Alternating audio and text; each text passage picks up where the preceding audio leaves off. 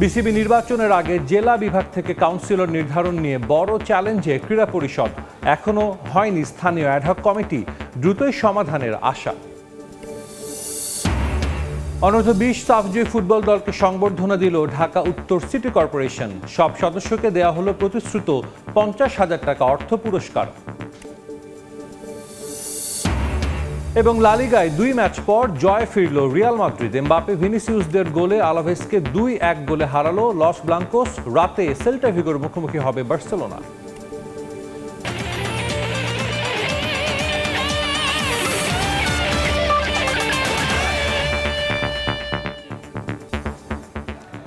বিশ্বের নানা প্রান্তের খেলাধুলার খবর জানিয়ে দিব আমি সাজিদ মুস্তাহিদ।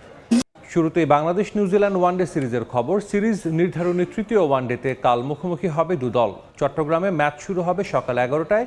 দুপুরে অনুশীলন করার কথা রয়েছে নিউজিল্যান্ড দলের। গতকাল চট্টগ্রাম পৌঁছে বিশ্রামে কাটায় দু দল। আজ সকালে মাঠের অনুশীলন শুরু করেছে বাংলাদেশ। হেড কোচ ফিল সিমন্সের অধীনে মাঠে দীর্ঘ সময় ঘাম ঝরায় পুরো দল। নেটে ব্যাটিং করেন সৌম্য তানজিদরা। শেষ ওয়ানডের স্কোয়াডে যুক্ত হয়েছেন তানজিম সাকিব। প্রথম 2 ম্যাচের একাদশে ছিলেন না মুস্তাফিজ। সিরিজ নির্ধারণী ওয়ানডেতেও তার না খেলার সম্ভাবনাই বেশি। এ ম্যাচ জিতলে রেটিং পয়েন্ট বাড়বে টাইগারদের, তবে সিরিজ হারলে র্যাঙ্কিংয়ের অবস্থান অপরিবর্তিত থাকলেও 2 রেটিং পয়েন্ট কমবে মিরাজের দলের। 2 বছর পর চট্টগ্রামে ওয়ানডে খেলতে নামছে টাইগার্স।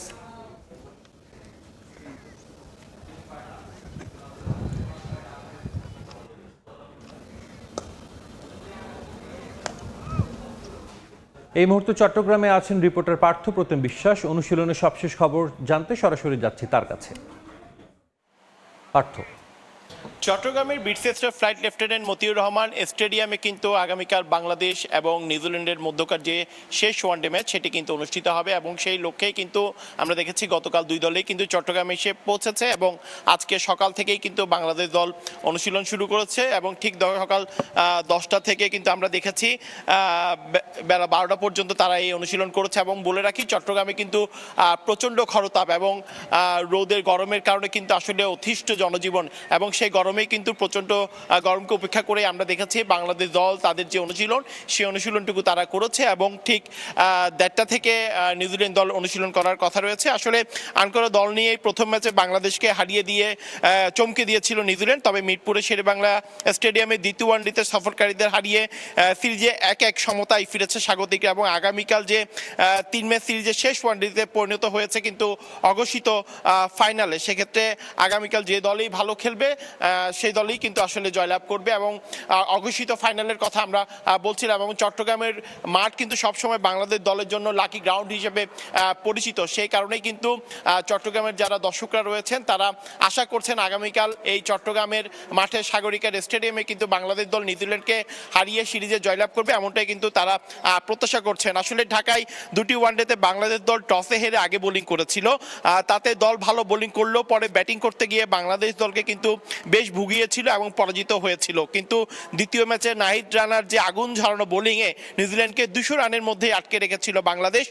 পরে জবাব দিতে নেমে শুরুতেই কিন্তু সেই ব্যাটিংয়ের যে হতাশা চিত্র ফুটে উঠেছিল, পরে তানজিদ হাসান তামিম ও নাজমুল হোসেন শান্তদের দুর্দান্ত ব্যাটিংয়ে কিন্তু জয় পায় বাংলাদেশ। সেক্ষেত্রে টপ অর্ডারদের দায়িত্বশীল ব্যাটিং এবং বোলারদের যে সম্মিলিত প্রচেষ্টায় আত্মবিশ্বাস ফিরে পাওয়া দলের সেই ছন্দ ধরে রেখে লাকি গ্রাউন্ড চট্টগ্রামের মাঠে নিউজিল্যান্ডের বিপক্ষে সিরিজ জয়ে শ্বাস নিতে চাই কিন্তু মেহেদী হাসান মিরাজের দল। এবং সেই সাথে শেষ ওয়ানডেতে সাগরিকার যে উইকেটে বোলিং আক্রমণের যে বাড়তি বৈচিত্র্য ও গতি যোগ করতেই তানজিম সাকিবকেও কিন্তু আমরা দেখেছি দলে অন্তর্ভুক্ত করা হয়েছে।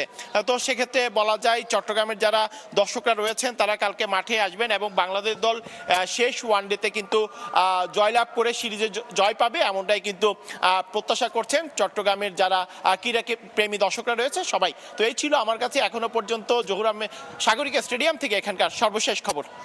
সাফজয়ী অনূর্ধ্ব 20 ফুটবল দলকে সংবর্ধনা দিয়েছে ঢাকা উত্তর সিটি কর্পোরেশন। অনুষ্ঠানে উপস্থিত ছিলেন বাফুফের সভাপতি তাবিত আওয়াল এবং উত্তর সিটির প্রশাসক শফিকুল ইসলাম খান মিল্টন। ভারতকে হারিয়ে দেশে ফেরার দিনই চ্যাম্পিয়নদের সংবর্ধনার আয়োজন করা হয় ফুটবল ফেডারেশনের পক্ষ থেকে। সেই অনুষ্ঠানে চ্যাম্পিয়ন দলের প্রত্যেক সদস্যকে 50,000 টাকা করে অর্থ পুরস্কারের ঘোষণা দেয় উত্তর সিটি কর্পোরেশনের পক্ষ থেকে। প্রতিশ্রুত সে অর্থ এদিন ফুটবলারদের হাতে তুলে দেওয়া হয়। এছাড়াও সম্মাননা জানানো হয় দলের কোচ ও সংশ্লিষ্টদের। এমন সংবর্ধনা সামনের দিনে তাদের আরও ভালো করতে অনুপ্রেরণা যোগাবে বলে মনে করছেন সংশ্লিষ্টরা। রাজধানীতে ফুটবলের প্রসারে দখল হয়ে থাকা বিভিন্ন মাঠ উদ্ধারের চেষ্টা চালিয়ে যাচ্ছে সরকার, যার সঙ্গে কাজ করছে উত্তর city corporation.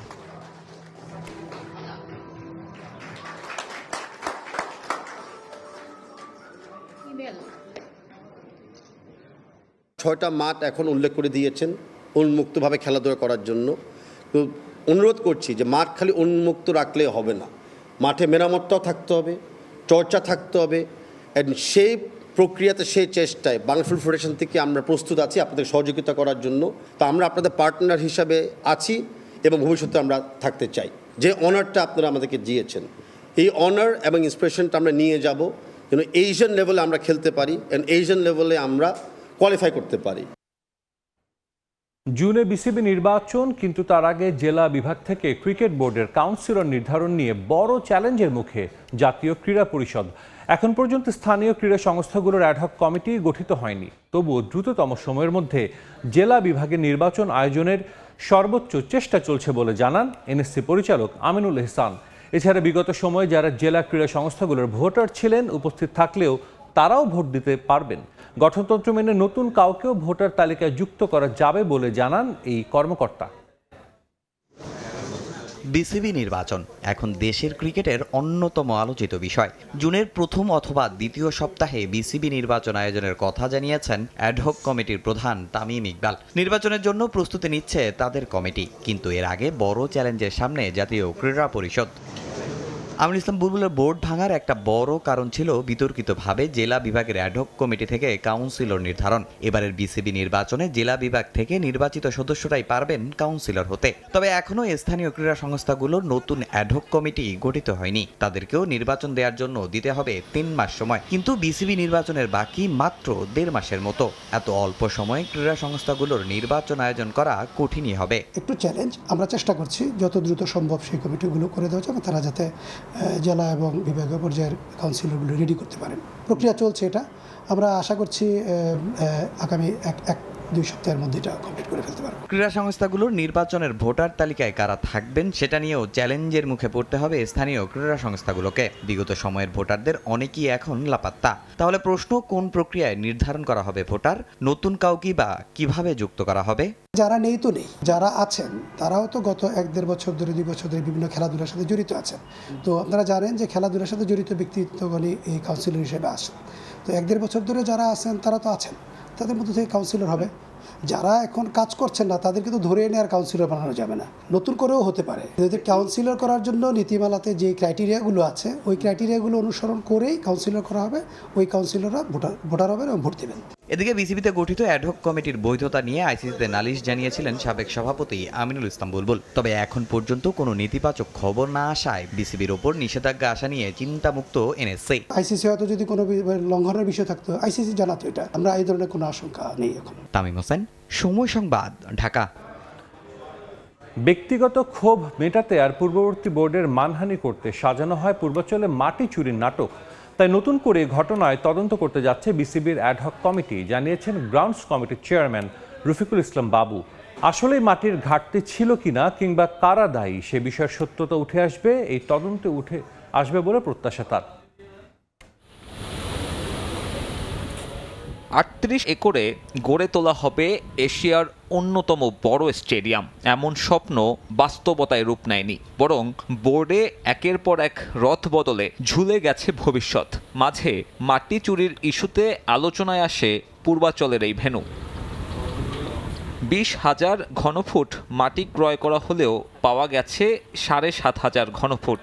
Aminul Islam বুলবুলের board এমন অভিযোগ এনে আলোড়ন তৈরি করে। গঠন করা হয় 4 সদস্যের তদন্ত কমিটি। তবে বিসিবির অন্য সব তদন্তের মতো এই তদন্ত প্রতিবেদনও আলোর মুখ দেখেনি।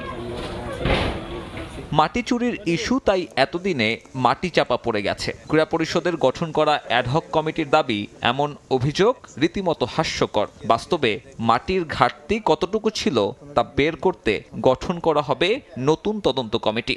এটা পূর্ণাঙ্গ রিপোর্ট নয়, এটা সব কিছু দেখে তারপর আমরা ব্যবস্থা নিব। আমি তাও বলছি, এটা এই যে এটা শর্ট হয়েছে, আসলে শর্ট কি হয়েছে না অন্য কোথাও নিয়েছে, বা এটা অনেক দিন থাকার ফলে কতটুকু কমে মাটি, এগুলি সব সায়েন্টিফিক জিনিস, এগুলি আছে, এগুলির ব্যাপারে তথ্য নিয়ে তারপর আমরা কমেন্টস করব। তদন্ত প্রতিবেদন প্রকাশ না করা হলেও তদন্তের প্রক্রিয়া নিয়ে প্রশ্ন আছে। 1 বছর আগে কেনা মাটির পরিমাণ সময়ের সঙ্গে কিছুটা কমবে, সেটাই স্বাভাবিক। এছাড়াও বরিশাল সহ কয়েকটা ভেন্যুতে ব্যবহারের জন্য পূর্বাচল থেকে মাটি সরিয়ে নেওয়া হয়, সে হিসেবও রাখেনি ওই তদন্ত কমিটি। এমনকি ওই ভেন্যুর কিউরেটর বদিউল খোকনের জবানবন্দিও নেওয়া হয়নি প্রতিবেদন তৈরির কাজে। তাই অভিযোগ, ব্যক্তিগত ক্ষোভ মেটাতে আর আগের বোর্ডের মানহানি করতেই সাজানো হয় এমন নাটক। নতুন তদন্তে উঠে আসবে আসল ঘটনা, এমনটাও প্রত্যাশা গ্রাউন্ডস কমিটির চেয়ারম্যানের। এটা একটা হাস্যকর বিষয় আমার কাছে মনে হয়েছে, কারণ যাদের নাম এসছে তাদের যে ক্রিকেটে বা খেলাধুলার প্রতি যে কি কন্ট্রিবিউশন, সেটা যদি জানতো তাহলে এটা হাস্যকর ছাড়া আর কিছুই নেই। তাদের স্ট্যাটাস যদি জানতো তাহলে আর এই জিনিসটি নিয়ে কথা উঠতো না। তবে আনফর্চুনেটলি এইসব কথা নিয়ে, যে এইসব বিষয় নিয়ে কথা হচ্ছে, এটা আমরা একেবারে খতিয়ে পূর্ণাঙ্গ সত্য ঘটনাটা প্রকাশ করার চেষ্টা করব। তবে আদৌ নতুন তদন্তের প্রতিবেদন আলোর মুখ দেখবে নাকি অন্য সব ঘটনার মতো আরও একবার অমীমাংসিতই থেকে যাবে আরও একটা ইস্যু, সে বিষয়ে সন্দেহ আছে যথেষ্ট। সাব্বির মিথুন, সময় সংবাদ, ঢাকা। ইউরোপিয়ান ক্লাব ফুটবলের খবর। 2 ম্যাচ পর জয় ফিরল রিয়াল মাদ্রিদ। এমবাপ্পে ভিনি জুনিয়রের গোলে দেপোর্তিভো আলাভেসকে 2-1 গোলে হারিয়েছে লস ব্লাঙ্কোস। এই জয়ে কাগজে কলমে এখনও টিকে থাকলো রিয়ালের শিরোপা স্বপ্ন। অন্যদিকে ইপিএলে চেলসিকে 3-0 গোলে উড়িয়ে দিয়েছে ব্রাইটন। এ নিয়ে লিগে টানা 5 ম্যাচ হারল ব্লুজ। লা লিগার শিরোপা দৌড়ে অনেকটাই পিছিয়ে পড়েছে রিয়াল মাদ্রিদ। এখন শুধু নিজেদের ম্যাচগুলো জিতলেই হবে না, বার্সার হারের প্রার্থনাও করতে হবে আলভারো আরবেলোয়ার দলকে। সান্তিয়াগো বার্নাবুতে এদিন অন্তত নিজেদের কাজটুকু করে রেখেছে মাদ্রিদ জায়ান্টরা। ঘরের মাঠে তাদের প্রতিপক্ষ দেপোর্তিভো আলাভেস। ম্যাচের শুরুতে কিছুটা চাপে ছিল রিয়াল। অবনমন অঞ্চলে থাকা আলাভেস দারুণ লড়াই করে, তবে 30 মিনিটে ভাগ্য সহায় হয় স্বাগতিকদের। বক্সের বাইরে থেকে নেয়া কিলিয়ান এমবাপ্পে শট ডিফ্লেকশনে দিক পরিবর্তন করে জালে জড়ায়। লা লিগায় 2 মাসেরও বেশি সময় পর গোলের দেখা পান ফ্রেঞ্চ তারকা। চলতি মৌসুমে লিগে যা তার 24তম গোল। প্রথমার্ধে আরও কয়েকটি সুযোগ তৈরি করলেও ব্যবধান বাড়াতে পারেনি রিয়াল। উল্টো আলাভেসও সমতায় ফেরার কাছাকাছি পৌঁছে যায়, তবে গোলরক্ষক লুনিনের দৃঢ়তায় এগিয়ে থেকে বিরতিতে যায় মাদ্রিদ। দ্বিতীয়ার্ধের শুরুতেই ম্যাচের নিয়ন্ত্রণ নেয় রিয়াল। 25 গজ দূর থেকে দুর্দান্ত শটে ব্যবধান দ্বিগুণ করেন ভিনিসিয়াস জুনিয়র। এ গোলেই মূলত ম্যাচ নিজেদের পক্ষে নিয়ে নেয় আলভারো আরবেলোয়া শিষ্যরা। তবে চেষ্টা চালিয়ে যায় আলাভেস। একের পর এক আক্রমণে ব্যতিব্যস্ত রাখে রিয়াল ডিফেন্স। ম্যাচের শেষ দিকে ইনজুরি টাইমে টনি মার্টিনেজ 1 গোল শোধ করলে কিছুটা শঙ্কা তৈরি হয়, তবে শেষ পর্যন্ত জয় নিয়ে মাঠ ছাড়ে রিয়াল মাদ্রিদ। এ জয়ে পয়েন্ট টেবিলে দ্বিতীয় স্থানে থাকা রিয়াল শীর্ষে থাকা বার্সেলোনার চেয়ে 6 পয়েন্টে পিছিয়ে। শিরোপা জয়ের জন্য এখন অলৌকিক কিছুর দিকেই তাকিয়ে থাকতে হচ্ছে রিয়ালকে। এদিকে ইপিএলে ব্রাইটনের মুখোমুখি হয় চেলসি। কোচ পরিবর্তন করেও মাঠের ফলাফলে হয়নি কোনো উন্নতি। আমেরিকান এক্সপ্রেস স্টেডিয়ামে ম্যাচের শুরুতেই এগিয়ে যায় স্বাগতিকরা। সেই লিড ধরে রেখেই বিরতিতে যায় ব্রাইটন। দ্বিতীয়ার্ধের শুরুতে জ্যাক হিনশেলুড ব্যবধান দ্বিগুণ করেন। পুরো ম্যাচে ব্রাইটনের সামনে পাত্তাই পায়নি ক্লাব বিশ্বকাপ চ্যাম্পিয়ন চেলসি। 90 মিনিটে একটি শটও নিতে পারেনি প্রতিপক্ষের পোস্টে। ম্যাচের শেষ দিকে ড্যানি ওয়েলবেক চেলসির কফিনে ঠুকে দেন শেষ পেরেক। 3-0 ব্যবধানে নিশ্চিত হয় ব্রাইটনের জয়। এ নিয়ে ইপিএলে টানা 5 ম্যাচ হারল চেলসি। এ হারের সঙ্গে টেবিলের শীর্ষ 4-এ থাকাটাও প্রায় অসম্ভব হয়ে গেল চেলসির জন্য। সাজিদ মুস্তাহিদ, সময় সংবাদ। খেলার সময় আরও থাকছে। চ্যাম্পিয়নশিপ থেকে অবনমন এড়াতে পারল না হামজার লেস্টার সিটি। হাল সিটির বিপক্ষে ড্র করে 2009 সালের পর আবারও নেমে গেল ইংল্যান্ডের তৃতীয় স্তরে। লা লিগার শিরোপা দৌড়ে অনেকটাই এগিয়ে বার্সেলোনা। টেবিলের শীর্ষস্থানটা আরও পোক্ত করতে এবার সেল্টা ভিগোর মুখোমুখি হতে যাচ্ছে কাতালুনিয়ানরা। ম্যাচ শুরু রাত 1টায়। আরেক ম্যাচে ইপিএলে বার্নলির মুখোমুখি হবে ম্যানচেস্টার সিটি। এ ম্যাচ জিতলে শিরোপা অনেকটাই নিশ্চিত হয়ে যাবে সিটিজেনদের। খেলা মাঠে গড়াবে রাত 1টায়। লা লিগার শিরোপার নিষ্পত্তি এখন সময়ের ব্যাপার। লিগ টেবিলে চিরপ্রতিদ্বন্দ্বী রিয়াল মাদ্রিদের চেয়ে পরিষ্কার 9 পয়েন্টে এগিয়ে থেকে সেল্টা ভিগোর মুখোমুখি হচ্ছে হ্যান্সি ফ্লিকের দল। লক্ষ্য টানা 8ম জয়। ঘরের মাঠে স্পানিয়লকে 4-1 গোলে বিধ্বস্ত করার আত্মবিশ্বাস নিয়ে মাঠে নামবে কাতালানরা। তবে সাফল্যের মাঝেও চ্যাম্পিয়ন্স লিগ থেকে ছিটকে পড়ার আক্ষেপ পোড়াচ্ছে বার্সা শিবিরকে। যদিও সেই ক্ষত ভুলে এখন পুরো মনোযোগ তাদের লিগ শিরোপায়। ইনজুরির কারণে এই ম্যাচেও থাকছেন না রাফিনহা এবং ক্রিস্টেনসেন। তবে নিষেধাজ্ঞা কাটিয়ে রক্ষণভাগে ফিরছেন তরুণ তুর্কি পাও কুবার্সি। মাঝমাঠে ফ্র্যাঙ্কি ডি ইয়ং এর সঙ্গে পেদ্রি আর আক্রমণে দারুণ ফর্মে থাকা ফেরান তোরেসরাই হতে পারেন ফ্লিকের তুরুপের তাস। ঘরের মাঠে এই ম্যাচ জিতলে বার্সার লিগ জয় কেবল সময়ের অপেক্ষা হয়ে দাঁড়াবে। The energy, the atmosphere is fantastic. ক্লাবের পরিবেশ ও আবহাওয়া এখন চমৎকার, তবে আমাদের প্রতিটা ম্যাচেই মাঠে সেটার প্রমাণ দিতে হবে। পরের 7 ম্যাচে আমি দলের সবার কাছ থেকে সর্বোচ্চ পারফরমেন্স চাই। প্রতিটি ম্যাচ থেকে আমাদের শিখতে হবে এবং আগের হারগুলো থেকে শিক্ষা নিয়ে সামনে এগোতে হবে। প্রতিপক্ষ সেল্টা ভিগো অবশ্য ছেড়ে কথা বলবে না। চলতি মৌসুমে লিগের 3য় সেরা অ্যাওয়ে রেকর্ড তাদের দখলে। এদিকে আর্সেনালকে হারিয়ে প্রিমিয়ার লিগের শিরোপা লড়াই এখন পুরোপুরি ম্যানচেস্টার সিটির নিয়ন্ত্রণে। শেষ 20 ম্যাচে মাত্র একটিতে হারা সিটিজেনরা ছুটছে পয়েন্ট টেবিলের শীর্ষস্থানের দিকে। বার্নলির বিপক্ষে গোল মেশিন আর্লিং হ্যালান্ডের রেকর্ড দুর্দান্ত। ইনজুরির কারণে রদ্রিকে না পাওয়া গেলেও ফর্মে আছেন তরুণ তুর্কি রায়ান চেরকি। সিটির লক্ষ্য যখন টেবিলের শীর্ষস্থান, তখন বার্নলির সামনে রেলিগেশনের কালো মেঘ।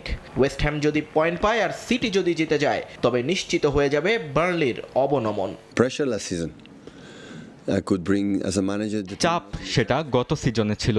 এখন আমরা অনেক বেশি ফুরফুরে মেজাজে আছি। আমরা জানি আমাদের কি করতে হবে। কারাবাও কাপ জেতা হয়ে গেছে, সামনে এফএ কাপের সেমিফাইনাল, আর এখন আমাদের প্রিমিয়ার লিগ জয়ের লড়াই। আমি একজন ম্যানেজার হিসেবে ঠিক এই মুহূর্তগুলোই উপভোগ করতে চাই।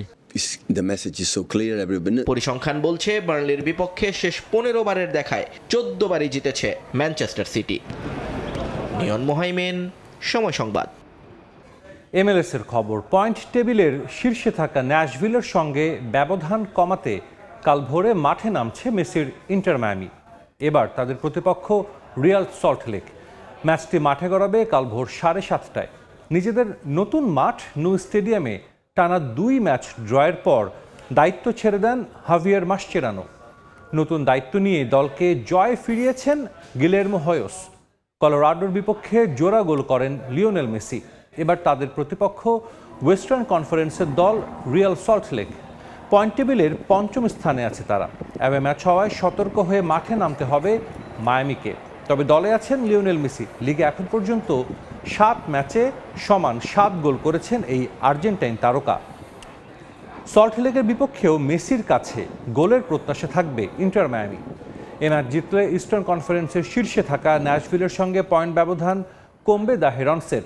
8 ম্যাচে 19 পয়েন্ট নিয়ে শীর্ষে আছে ন্যাশভিল, সমান ম্যাচে 15 পয়েন্ট নিয়ে দ্বিতীয় স্থানে মায়ামি। 10 বছর আগে যে ক্লাবটি সব হিসেব নিকেশকে ভুল প্রমাণ করে উঁচিয়ে ধরেছিল প্রিমিয়ার লিগের ট্রফি, সেই লেস্টার সিটি ধারাবাহিক অবনমনে নেমে গেল ইংল্যান্ডের ক্লাব ফুটবলের 3য় স্তরে।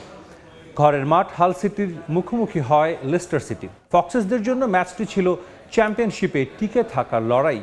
ম্যাচে প্রথমে এগিয়ে যায় হাল সিটি, এরপর 2 মিনিটের ব্যবধানে জর্ডান জেমস ও লুক থমাস গোল করে ম্যাচে ফেরান লেস্টারকে।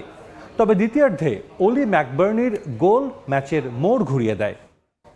ম্যাচ ড্র করে হাল সিটি। এই ড্রয়ে 2 ম্যাচ হাতে থাকলেও নিশ্চিত হয় লেস্টারের অবনমন। লিগের 44 ম্যাচে মাত্র 42 পয়েন্ট নিয়ে 24 দলের মধ্যে 23 নম্বরে অবস্থান করছে লেস্টার। ম্যাচের একেবারে শেষ দিকে বদলি হিসেবে নামেন হামজা দেওয়ান চৌধুরী। খেলা শেষ হতেই ক্লাব জুড়ে নেমে আসে চরম হতাশা। দর্শকরা ক্ষোভ প্রকাশ করেন, দাবি ওঠে ক্লাব মালিকদের পদত্যাগেরও। এই অবনমন লেস্টারের সাম্প্রতিক ইতিহাসে বড় এক ধাক্কা। 2015-16 মৌসুমে ইপিএল শিরোপা জিতে বিশ্ব ফুটবলকে চমকে দিয়েছিল ক্লাবটি। তবে সাম্প্রতিক বছরগুলোতে ধারাবাহিক পতন হয় ক্লাবটির। গেল মৌসুমে প্রিমিয়ার লিগ থেকে অবনমিত হওয়ার পর এবার দ্বিতীয় স্তরে টিকে থাকতেও ব্যর্থ হয়ে আরও নিচে নেমে গেল লেস্টার সিটি।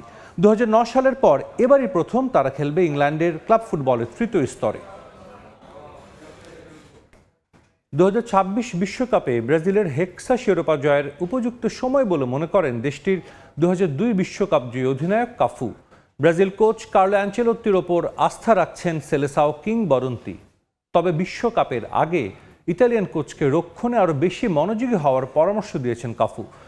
সেই ব্রাজিলের হেক্সা মিশনে ভিনি ও এন্ড্রিক বড় ভূমিকা রাখবেন বলেও মনে করেন তিনি।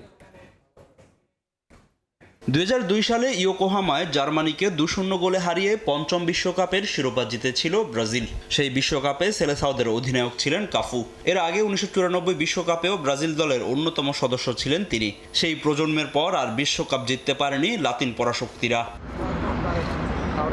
গেল 24 বছরে বিশ্বকাপ না জয়ের আক্ষেপ পোড়ায় ব্রাজিলের সাবেক ফুটবলারদের। সেই আক্ষেপটা 2026 বিশ্বকাপে মেটাতে চান কাফু। শিরোপা পুনরুদ্ধার ও হেক্সা জয়ের মিশনে 2026 সালকে উপযুক্ত সময় বলে মনে করেন সেলেসাওদের সাবেক বিশ্বকাপ জয়ী অধিনায়ক। সেই সঙ্গে ব্রাজিল কোচ কার্লো অ্যাঞ্চেলোত্তিকে বিশ্বকাপের ম্যাচ সামনে রেখে বেশ কিছু পরামর্শ দিয়েছেন কাফু। সবশেষ ট্রফি জেতার 24 বছর পর আমি মনে করি ব্রাজিলের জন্য এটা উপযুক্ত মুহূর্ত। আমরা কার্লো আনচেলত্তিকে এনেছি, যার ধারাবাহিক শিরোপা জয়ের অভিজ্ঞতা আছে। তিনি ব্রাজিলিয়ান জাতীয় দলকে শ্রেষ্ঠত্বের জায়গায় নিয়ে যাবেন। ব্রাজিলের মাঝমাঠ ও আক্রমণ ভাগ বেশ শক্তিশালী। আমি আনচেলত্তিকে বলবো রক্ষণে আরও বেশি মনোযোগ দিতে, কারণ যদি ব্রাজিল বিশ্বকাপে কোনো গোল না খায় তাহলে নিশ্চিতভাবে প্রতি ম্যাচে তারা একটি করে গোল করবে। নেইমারকে নিয়ে কথা না বললেও ব্রাজিলের ভবিষ্যৎ দুই তারকা ভিনিসিয়াস জুনিয়র ও এনরিকের উপর আস্থা রাখছেন কাফু। তার দাবি 2026 বিশ্বকাপে বিতর্ক কাটিয়ে ব্রাজিলকে বিশ্ব চ্যাম্পিয়ন করতে অবদান রাখবেন ভিনি। আর রিয়াল ছাড়াই এনরিক ফর্মে ফিরেছেন বলে মন্তব্য করেছেন ব্রাজিলিয়ান কিংবদন্তি। যে কোনো ধরনের বিতর্ক কাটানোর সেরা উপায় হলো বিশ্বকাপ।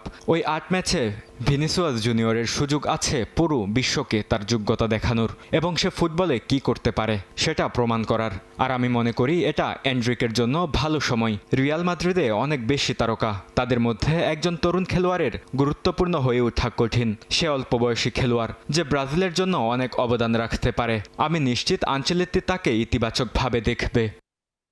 তবে 2026 বিশ্বকাপে ব্রাজিলের একাদশে জায়গা করে নেওয়াই এখন কঠিন চ্যালেঞ্জ তরুণ এনরিকের সামনে। ওয়াও পেদ্রো এস্তেবাওদের মতো প্রতিভাবান ফুটবলারদের সঙ্গে প্রতিযোগিতা করে তাকে জায়গা করে নিতে হবে ব্রাজিলের 2026 বিশ্বকাপ স্কোয়াডে। ফাহিম ইসলাম, সময় সংবাদ। খেলার সময় শীর্ষ সংবাদগুলো জানিয়ে দিচ্ছে আরেকবার। সিরিজ নির্ধারণী তৃতীয় ওয়ানডেতে কাল মুখোমুখি হবে বাংলাদেশ নিউজিল্যান্ড। সাগরিকায় টাইগারদের অনুশীলন।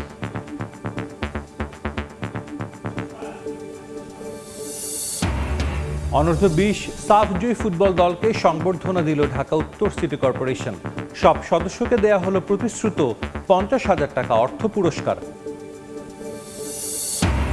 এবং লা লিগায় 2 ম্যাচ পর জয় ফিরল রিয়াল মাদ্রিদ। এমবাপে ভিনিসিয়াসের গোলে আলাভেসকে 2-1 গোলে হারালো লস ব্লাঙ্কোস।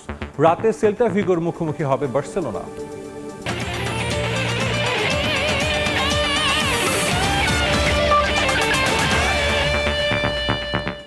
এই ছিল খেলার সময়। এরপর দুপুরের সময়ের সঙ্গে থাকবেন ইমদাদুল হক। সাজিদ, আপনাকে ধন্যবাদ। দুপুরের সময় নিয়ে আসছি কিছুক্ষণ পর, সঙ্গে থাকুন সময়ের।